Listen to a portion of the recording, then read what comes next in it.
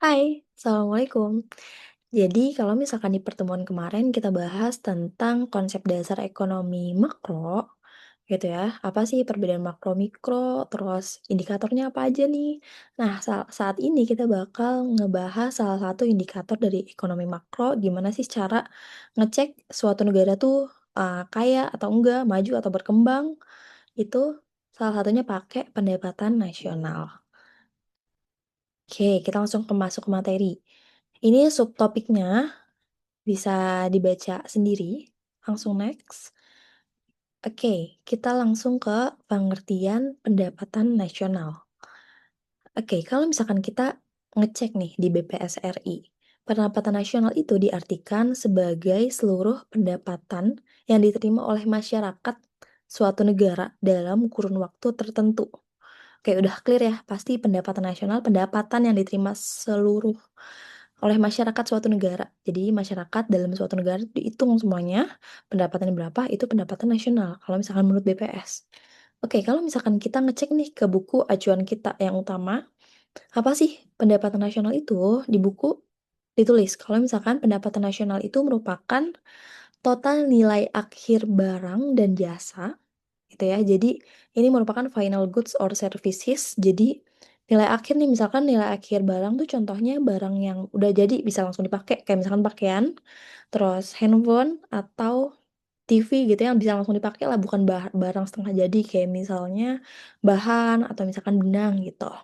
Yang dihasilkan oleh suatu perekonomian dalam periode tertentu, biasanya diukur 1 tahun. Misalnya pendapatan nasional tahun 2025, terus tahun 2026 berapa gitu diukur.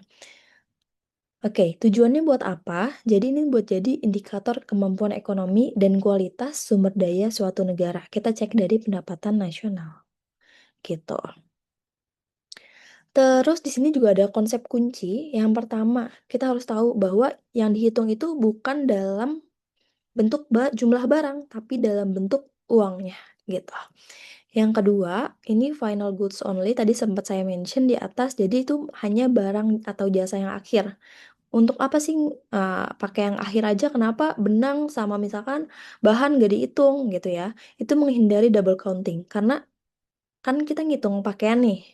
Kalau misalkan kita ngitung bahan juga, ngitung benang juga, ngitung kapas, kalau misalkan pakaian terbuat dari kapas, itu kan berarti double countingnya banyak banget kan. Jadi untuk menghindari double counting, ya udah pendapatan nasional pakainya ngitungnya barang atau jasa yang akhir yang langsung bisa dipakai gitu atau dikonsumsi. Terus periode waktu biasanya itu dihitung per tahun gitu. Oke, di sini pendapatan nasional bisa disebut juga dengan GDP atau panjangannya itu Gross Domestic Product, atau kalau misalkan di Indonesiain kita biasa nyebutnya PDB atau PDB gitu ya, atau Produk Domestik Bruto gitu. Dan perlu digarisbawahi juga bahwa pendapatan nasional itu bukan pendapatan negara. Nasional itu fokusnya di domestik, jadi yang dihasilkan oleh suatu negara di wilayah negara tersebut gitu, bukan oleh kalau pendapatan negara kan oleh warga negaranya itu kan, gitu. Oke, kita langsung masuk lagi ke sini. Di PDB, tadi kan sempat saya mention bahwa bisa disebut juga PDB gitu ya, pendapatan nasional. Jadi kita di sini mentionnya PDB aja gitu ya. Di PDB ada istilah namanya PDB real atau PDB nominal. Apa sih bedanya? Kalau misalkan real itu dihitung dari harga yang berlaku atau current price. Jadi harga yang berlaku berapa nih? Tapi harga yang berlaku itu kan pasti masih ada terpengaruh unsur inflasi kan. Makanya nih ada konsep juga namanya nominal, yang PDB nominal gitu.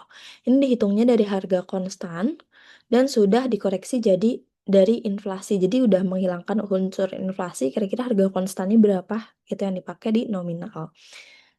Dan kalau misalkan teman-teman suka baca berita atau misalkan website kayak IMF, terus World Bank, itu yang biasa yang dipakai untuk analisis ekonomi adalah yang pakainya itu PDB real atau misalkan pertumbuhan real gitu ya. Manfaatnya apa sih? Capek-capek ngukur pendapatan nasional. Tadi sempat saya mention sebagai indikator kemampuan ekonomi suatu negara gitu ya. Ngecek kemampuan ekonomi suatu negara bisa cek dari pendapatan nasionalnya. Tapi lebih rinci lagi, ini sebagai yang pertama, ngukur kinerja ekonomi suatu negara. Kira-kira kinerjanya bagus atau enggak nih, gitu. Yang kedua, mengetahui pertumbuhan ekonomi. Kira-kira dari tahun 2025, pertumbuhan ekonomi tahun 2025 sama pertumbuhan ekonomi sebelum-sebelumnya meningkat ataukah turun nih justru, gitu. Selanjutnya, ini membandingkan antar negara, jadi ngecek nih, kira-kira negara ini sama ini, bagusan mana ya, gitu. Itu bisa dicek juga dari pendapatan nasionalnya. Selanjutnya, ini bisa jadi dasar kebijakan pemerintah, kayak misalkan ngadain pajak, misalkan pajaknya ditambah, atau misalkan subsidinya yang ditambah atau dikurangi, dan lain sebagainya. Terus, ngelihat juga tingkat kesejahteraan. Garis bawahi ya, ini secara umum, bukan secara jelas. Oh, misalkan PDB, kalau misalkan semakin bagus PDB, itu semakin sejahtera. Itu nggak kayak gitu juga. Cuma kalau misalkan secara umum kita ngeceknya dari PDB, bisa gitu. Tapi bukan secara bisa diartikan kalau misalkan nggak bisa diartikan kalau misalkan PDB yang tinggi itu sejahteranya tinggi, nggak. Oke, next ini sebenarnya pelajaran ekonomi waktu teman-teman pas masih SMA, tapi saya mau nge-remind ulang, jadi nanti biar masuk ke pembahasan-pembahasan setelahnya. Jadi kalau misalkan di ekonomi, kita kan suka denger nih namanya istilah circular flow of economy. Jadi ini arus uang gitu ya, arus uang masuk dan keluar dari ekonomi. Di sini kita pakai yang dua sektor aja, jadi ada rumah tangga konsumen atau misalkan household di sini, terus ada juga yang produsen atau company gitu. Oke, di sini biasanya di circle of flow itu ada yang pasar input sama output. Kalau input itu biasanya pasar faktor produksi itu pasar produksi disebutnya. Kalau misalkan output biasanya pasar barang dan jasa gitu. Oke, di pasar input biasanya kita ngasih nih household itu kan day sale di sini tulisnya. Day sale apa? Mereka ngasih jasa, mereka kerja gitu ya untuk company-nya. Selanjutnya kalau misalkan mereka kerja pasti company-nya bakal ngasih expenditure kan, dapat income gitu. Di company-nya ngeluarin duit, tapi yang kita rasain kita dapat pendapatan, gaji, atau misalkan kita ngasih sewa lahan. Misalkan ngasih sewa lahan berarti kita misalkan dapat uang sewa gitu. Terus untuk di pasar produk dan jasa misalnya, ini kan berarti yang menawarkan jasa si company-nya kan. Dia company-nya jualan apa nih? Misalkan jualan buku. Oh, kita beli buku gitu ya. Kita beli buku terus pengeluarannya itu merupakan income dari company-nya gitu. Jadi sebenarnya duit yang berputar di dunia ini juga saling berputar aja gitu ya di antara para-para pelaku ekonomi gitu. Oke, kita mulai masuk ke dalam istilah-istilah dalam pendapatan nasional. Mungkin teman-teman juga udah belajar juga waktu SMA. Jadi saya mau ngerimain ulang aja gitu. Oke, yang pertama, kita dengar istilah GDP. GDP tadi sama dengan pendapatan nasional. GDP itu saya ulangin lagi, jadi nilai barang dan jasa yang diproduksi dalam suatu negara. Konsepnya satu negara, gitu ya. Kalau misalkan GNP, bedanya apa sih sama GDP? Kalau misalkan ini domestik kan, berarti kita concernnya di suatu negara gitu ya. Dalam negara, entah itu ada warga negara asing, ataukah misalkan uh, pokoknya warga negara asing, warga negara Indonesia, semuanya pokoknya yang melakukan hidup di negara tersebut itu masuk ke GDP. Kalau misalkan GNP itu nilai produksi oleh warga negara. Fokusnya di warga negara ya, jadi termasuk warga negara Indonesia yang kerja di luar negeri gitu ya. Terus dikurangin juga nih sama orang luar negeri yang emang tinggal di Indonesia gitu ya. Itu kenapa rumusnya di sini GDP ditambah net factor income from abroad gitu. Jadi pendapatan orang Indonesia di luar negeri ditambahin, terus dikurangin pendapatan orang luar negeri di Indonesia gitu. Selanjutnya ini NNP ya atau Net National Product. Jadi rumusnya itu JNP dikurangin penyusutan. Kenapa dikurang penyusutan? Biar kita tahu nih berapa sih emang national product yang bisa langsung yang bener-bener realnya gitu ya. Karena kan barang-barang itu ada yang namanya depresiasi atau penyusutan gitu. Jadi yang benar-benar bisa dipakai gitu ya. Kayak misalkan gedung itu kan kalau misalkan di akuntansi ada namanya, kita suka ngitung akun depresiasi gitu. Dikurangin dulu kan. Nah, itu biar tahu nasional produknya netnya berapa sih. Selanjutnya habis is NMP, kita ngitungnya NNI atau National Income. National Income gitu ya kepanjangannya.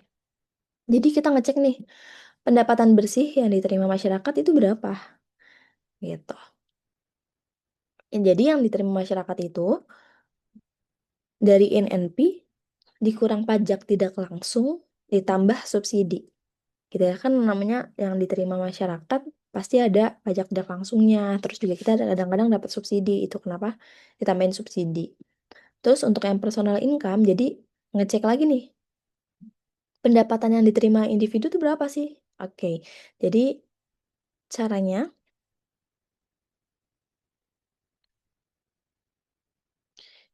ini sebenarnya rumusnya kurang ya. Harusnya ada di sini dari NNI ditambah transfer payment, dikurangin laba ditahan, dikurangin pajak perseroan, dikurangin iuran asuransi, sama dikurangin iuran dana sosial gitu.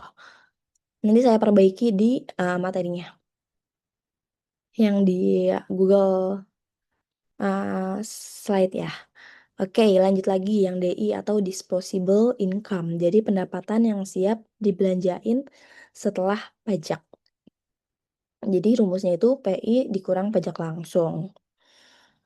Oke, sebagai notes, misalkan kita udah ngitung nih semuanya gitu. Kita ngecek nih, ternyata GDP-nya lebih gede nih daripada JNP. Itu artinya apa sih? Itu artinya berarti investasi asing itu jauh lebih besar dibandingkan investasi negara tersebut ke luar negeri gitu ya.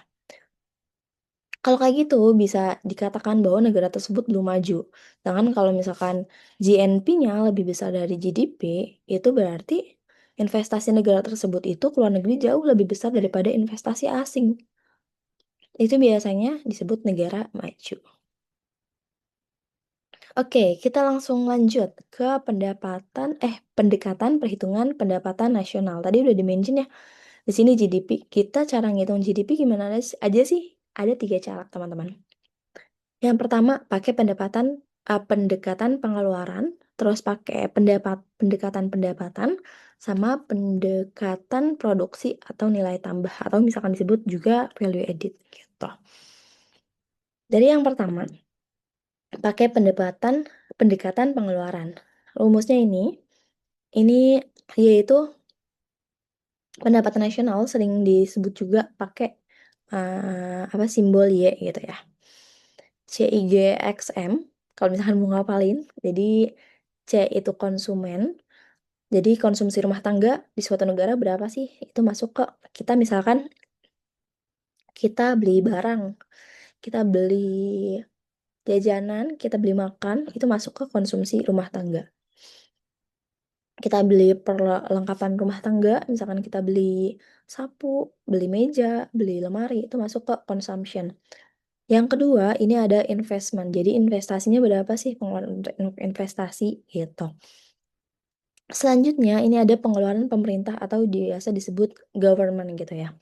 Pengeluaran pemerintah untuk, misalkan pengeluarannya untuk subsidi gitu ya, untuk bantuan sosial, kira-kira berapa nih pengeluarannya. Lanjut, ini X dikurang M itu jadi X itu ekspor, yang M itu impor gitu ya. Ditambah ekspor dikurangin impor gitu. Yang kedua, pakai pendekatan pendapatan.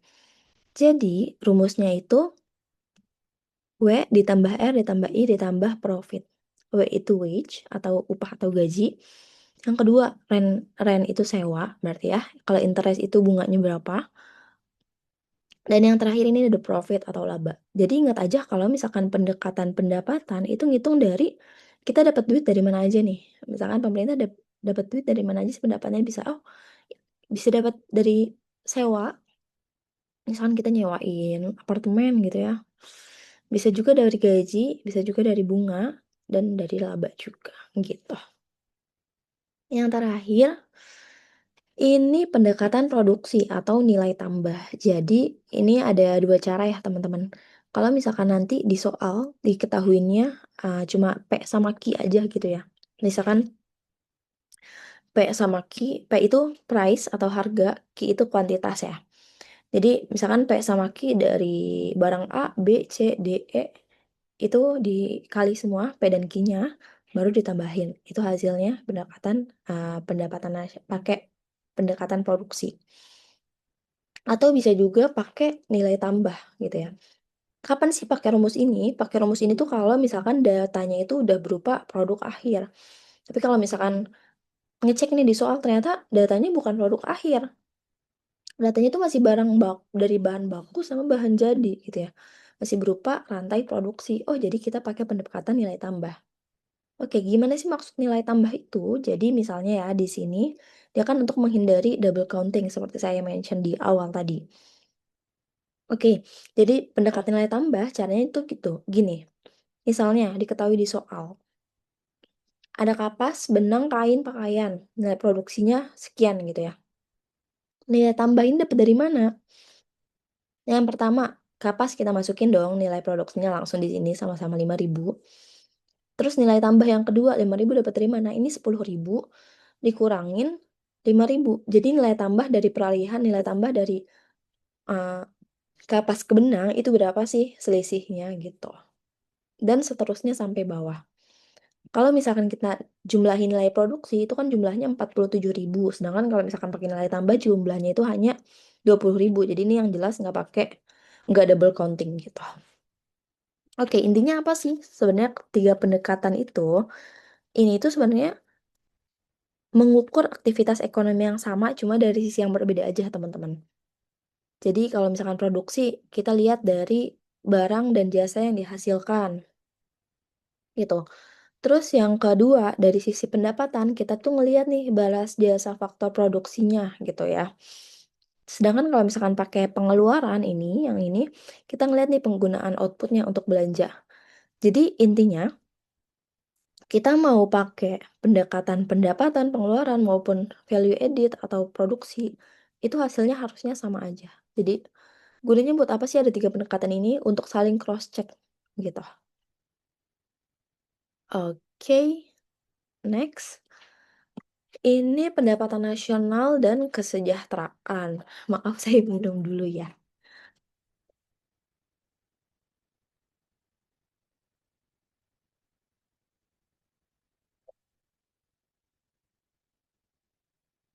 Oke, di beberapa lini masa gitu ya, kita sering banget ngedengar bahwa, pendapatan nasional itu sering banget dipakai buat indikator kesejahteraan. Oh, kalau misalkan pendapatan nasionalnya bagus, itu pasti sejahtera. Ternyata nggak kayak gitu juga, teman-teman. Karena ini cuma mencerminkan kapasitas ekonomi suatu negara. Suatu negara bukan satu-satu individu di dalam negara tersebut, gitu ya. Jadi sebenarnya keterbatasannya GDP dalam menghitung kesejahteraan apa aja sih? Yang pertama, perlu saya mention lagi, GDP yang besar bukan berarti kesejahteraan yang besar. Jadi karena dia kan nggak ngukur kebahagiaan, nggak ngukur rasa aman, nggak ukur waktu luang, sedangkan kesejahteraan itu kan kita ada komponen-komponen ini kan, gitu. Yang kedua, aktivitas rumah tangga itu nggak dihitung. Kayak misalnya ngurus anak, masak, padahal itu kan penting juga kan untuk kualitas hidup. Selanjutnya, ini mengabaikan dampak ekonomi. Padahal nih ya, misalnya nih, kalau misalkan GDP kan kalau misalkan produksi naik berarti GDP naik gitu ya.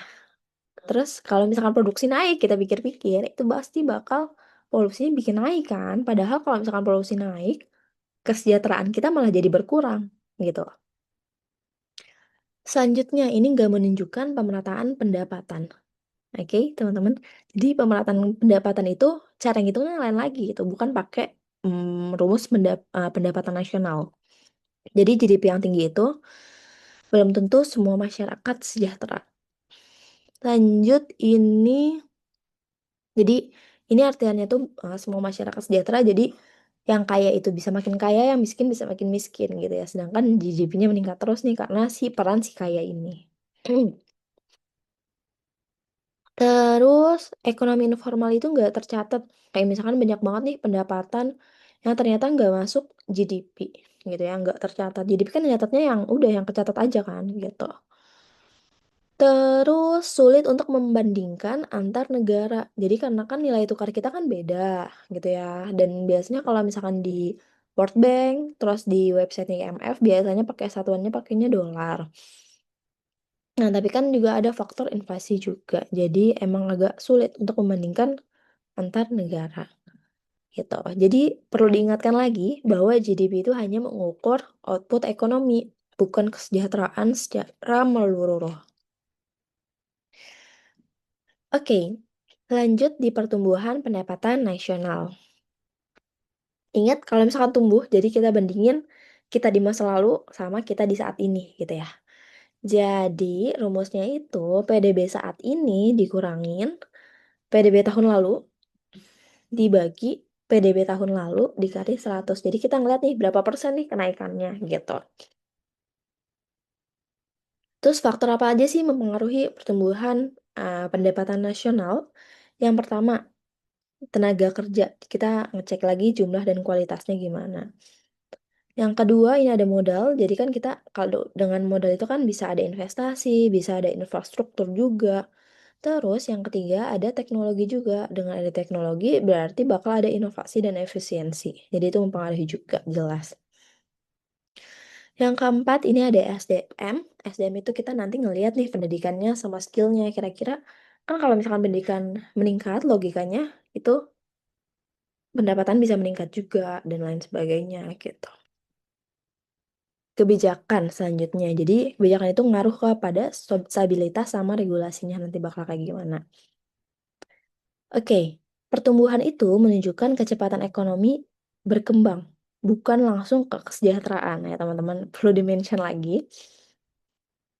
Jadi contohnya misalnya PDB suatu negara di tahun 2024 itu 1.000 triliun, terus tahun 2025 meningkat jadi 1.080 triliun. Terus hitunglah pertumbuhan ekonomi di tahun 2025. Berarti tinggal ini dikurang ini gitu kan 80, berarti 80 dibagi 1.000 dikali 100 itu dapat 8%.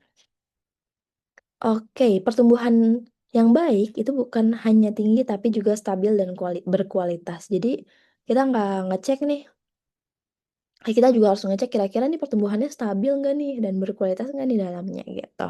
Dan komponen-komponennya seperti apa. Oke, ini perbandingan pendapatan nasional antar negara. Tujuannya buat apa sih? Tadi kan sempat dimention tujuan pendapatan negara salah satunya buat ngebandingin nih antar negara gitu ya. Yang pertama, lebih rincinya, jadi tujuan yang pertama itu mengetahui tingkat kemakmuran suatu negara. Yang kedua, buat ngelihat kinerja ekonomi relatifnya berapa. Yang ketiga, dasar kebijakan dan kerjasama internasional gitu. Dan selanjutnya ini mengelompokkan negara, kira-kira negara tersebut termasuk negara maju atau berkembang gitu. Tapi kita harus tahu bahwa sebenarnya kan di perhitungan PDB ini ada problem ya. Salah satunya, kalau misalkan kita ngecek dari cuma GDP total, itu kan menyesatkan banget ya, karena uh, logikanya gini, tadi kan dia ngukur pakai konsumsi, ngukur pakai pendapatan. Jadi secara logika, kalau misalkan penduduknya suatu negara makin banyak gitu ya, yang tinggal di negara tersebut, otomatis GDP-nya itu bakal jauh lebih banyak dibandingkan suatu negara yang penduduknya dikit gitu. Mulai dari konsumsi, bisa dari pakai pendapatan dan lain sebagainya gitu ya. Yang kedua, tapi pendapatan orang itu bisa kecil gitu. Jadi kita harus ngitung pendapatan per orang juga. Gimana sih caranya? GDP per orang biasa disebut juga sebagai GDP per kapita. Jadi GDP dikurangin jumlah penduduknya berapa. Gitu. Jadi dengan ngukur ini bakal ngukur rata-rata pendapatan seseorang. Dan lebih adil juga tapi bisa timpang gitu ya. Karena walaupun kita ngukur rata-rata nih, bisa aja bisa aja ini ada peran si kayanya gitu ya, ada peran si kaya yang banyak banget gitu ya, gitu. Jadi nggak bisa, eee, nunjukin itu apakah distribusi pendapatannya merata atau enggak, itu nggak bisa kelihatan dari GDP per kapita, jadi harus ada perhitungannya lagi. Lanjut, problem yang kedua, ini ada perbedaan harga. Kayak misalnya nilai uang itu kan nggak sama ya antar negara, gitu. Gimana sih cara solutionnya? Biasanya pakai purchasing power parity atau PPP. Jadi membandingkan apa yang bisa dibeli bukan hanya nilai uangnya aja, gitu. Karena kita tahu ya, misalkan $1 aja kan sekarang 17.000 gitu kan. Sedangkan mereka ya udah beda gitu ya, beda nilai tukarnya. Jadi kita pakai PPP ini, gitu. Yang jadi dengan bandingin apa yang bisa dibeli, ini bakal lebih realistis lagi. Dan walaupun perhitungannya emang lebih kompleks ya teman-teman. Oke, sekarang kita ngecek ini ya. Oke, sebelum nanti masuk ke referensi, saya sempat mau jawab pertanyaan dari teman-teman. Salah satu teman kalian yang minggu lalu nanya. Itu nanti di akhir sini ya, jadi tetap wajib nonton sampai akhir. Oke, datanya bisa dicek di mana untuk pendapatan nasional antar negara ini. Kalau misalkan negara Indonesia sendiri, kalau misalkan pengen ngeliat PDB negara Indonesia, lengkapnya itu ada di websitenya BPSRI, bps.go.id. Kalau misalkan pengen ngebandingin nih antar negara pendapatan nasionalnya, kita bisa ngecek di website IMF yang resmi ya, atau World Bank.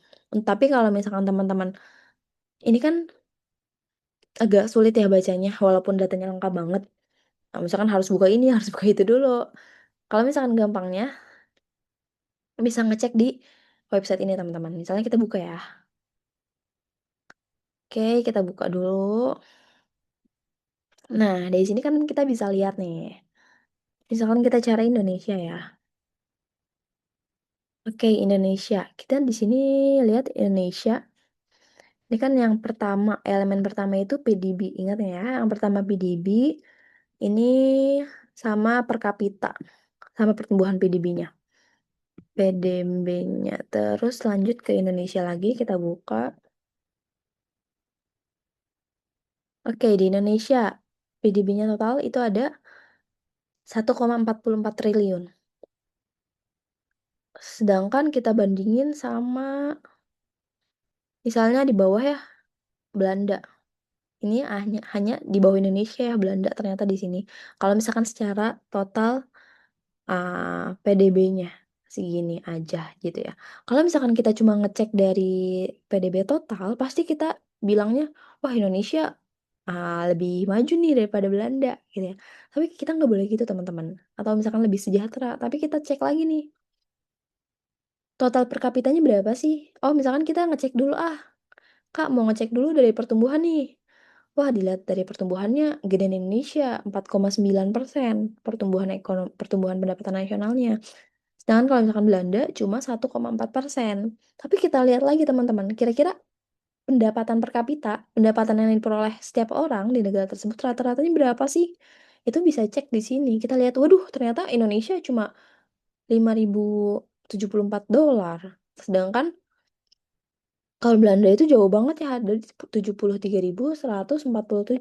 Dari sini kelihatan ya teman-teman bahwa kalau PDB-nya tinggi belum tentu per kapitanya atau pendapatan yang diperoleh per orangnya itu juga tinggi. Bisa aja kejadian kayak gini. Jadi kita enaknya ngecek sih dari uh, beberapa sisi, beberapa indikator gitu ya, yang dicek juga. Jadi kita benar-benar tahu nih kira-kira nyatanya berapa sih gitu. Yang diterima orang rata-rata berapa sih? Segini kan perbandingannya antara Indonesia dan Belanda gitu. Oke, teman-teman, ini referensi yang saya pakai selama nyusun materi ini. Teman-teman bisa cek. Oke, terus lagi kemarin ada yang nanya, dari 3 pendekatan ini kira-kira mana sih yang paling paling sering dipakai atau digunakan? Jawabannya itu pendekatan pengeluaran ya, teman-teman, pendekatan pengeluaran. Kenapa lebih sering dipakai gitu ya? Yang pertama, mudah didapat karena misalkan consumption itu kan udah datanya jelas ya. Investment itu udah datanya jelas, tercatat, rapih, government expenditure atau pengeluaran pemerintah itu jelas, rapih, total ekspor sama impor biasanya juga udah jelas, rapih gitu ya. Jadi lebih gampang ngitungnya. Terus juga relevan buat kebijakan pemerintah gitu. Jadi kita ngecek nih, oh investasinya misalkan berkurang. Gimana nih caranya biar ningkatin investasi? Misalnya jadi kebijakannya kan lebih terarah gitu ya, ngelihat komponennya kira-kira yang mana nih yang perlu dibenahi gitu. Terus ini juga merupakan standar internasional, jadi pakainya pendekatan pengeluaran. Oke, kayak misalkan IMF, World Bank itu rata-rata pakai yang ini standarnya. Terus kita ngecek lagi, terus Indonesia pakai apa Kak? Kan ada 3 nih pendekatannya. Ada pendekatan ini, pengeluaran, pendapatan, sama produksi. Kalau misalkan teman-teman cek di websitenya BPS, itu BPS itu sebenarnya ngitung tiga-tiganya. Tapi yang lebih utama itu pendekatan yang pengeluaran, gitu. Kenapa sih eh, BPS ngitung semuanya? Karena untuk ngecek kestabilan, ya, kira-kira sama gak ya, sama cross check datanya. Oh kira-kira eh, udah sama ataukah belum, ataukah misalkan ada apa nih masalah atau apa gitu. Terus lagi tadi kayaknya materi yang kurang ada di sini ya. Di sini kan ada bacaannya pajak tidak langsung sama pajak langsung. Apa sih bedanya? Kalau misalkan pajak langsung itu pajak yang langsung dikenain kepada wajib pajak sesuai kepada kemampuan ekonomi mereka. Contohnya, kayak misalkan PPH atau pajak penghasilan, terus PKB atau pajak kendaraan bermotor, atau lagi misalnya PBB, pajak bumi dan bangunan gitu. Sedangkan kalau misalkan pajak tidak langsung, itu pajaknya bisa dialihin. Jadi nggak orang tersebut yang bayar, tapi bisa dialihin ke orang lain. Kayak misalnya PPN, pajak pertambahan nilai. Kalau misalkan kita makan di resto, gitu ya, atau di mall gitu, biasanya tuh ada bawahnya PPN berapa persen gitu ya. Itu jadi dialihin kepada konsumen yang makan makanan tersebut gitu. Terus contohnya lagi, bea masuk, bea cukai itu masuk ke hmm, pajak yang tidak langsung gitu. Oke, teman-teman, cukup sekian. Semoga bermanfaat. Sampai jumpa di pertemuan selanjutnya. Wassalamualaikum warahmatullahi wabarakatuh.